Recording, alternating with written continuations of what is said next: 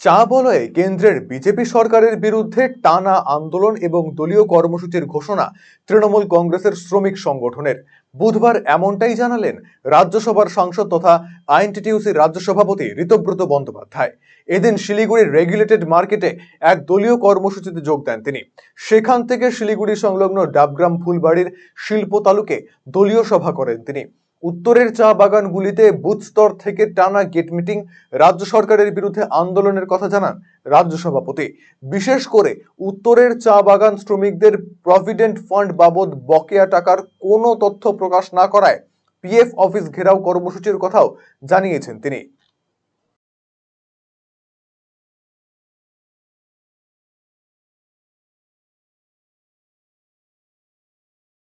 দেখুন, এই ধরনের কর্মসূচি চলতেই থাকে। আমাদের সেদিন দার্জিলিং সমতল জেলা আইএনটিটিইউসি নির্জল সভাপতি হওয়ার পর থেকে অসম্ভব অ্যাক্টিভ একটি অর্গানাইজেশন। আজকে শিলিগুড়ি রেগুলেটেড মার্কেটে এই কর্মসূচি হচ্ছে। শ্রমিকদের বিভিন্ন দাবি দাওয়া, লড়াই আন্দোলন যেমন হয়, তেমনি সামাজিক যে দায়বদ্ধতার কর্মসূচি সেগুলো নেওয়া হয়।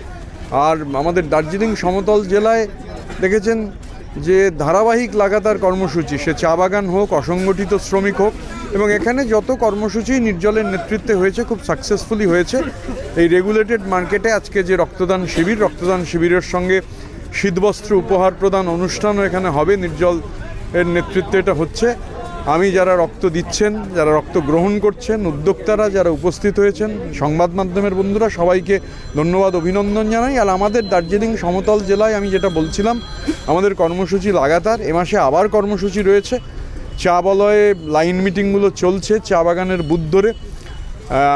আলিপুরদুয়ার, জলপাইগুড়ির 483টা বুথে গত 3 তারিখ থেকে মিটিংগুলো শুরু হয়েছে। গতকাল সেই মিটিংগুলো শেষ হয়েছে। আমরা এখানে শিলিগুড়ি, দার্জিলিং সমতলের ক্ষেত্রেও একই রকমভাবে। এরপর পিএফ অফিস, কারণ পিএফ অফিসে পিএফের তথ্য পাওয়া যাচ্ছে না। কেন্দ্রীয় সরকারের অধীনস্থ পিএফ কোনো ডিটেল দিচ্ছে না, মালিকদের আড়াল করছে। স্বাভাবিকভাবে আমরা এই পিএফ অফিস, এবং আমি পার্লামেন্টে নোটিশও দিয়েছি। শেষ যে কদিন অধিবেশন ছিল, শেষ 3 দিন না হওয়ার ফলে 0 আওয়ার অ্যাডমিট হলেও বলতে পারিনি। আবার নোটিশ দেবো এবং মন্ত্রীর দৃষ্টি আকর্ষণ করব। এর মধ্যে আমি লেবার স্ট্যান্ডিং কমিটির মিটিংয়ে এই কথা তোলা হয়েছে। এই পিএফ নিয়ে লাগাতার ধারাবাহিক কর্মসূচি হবে।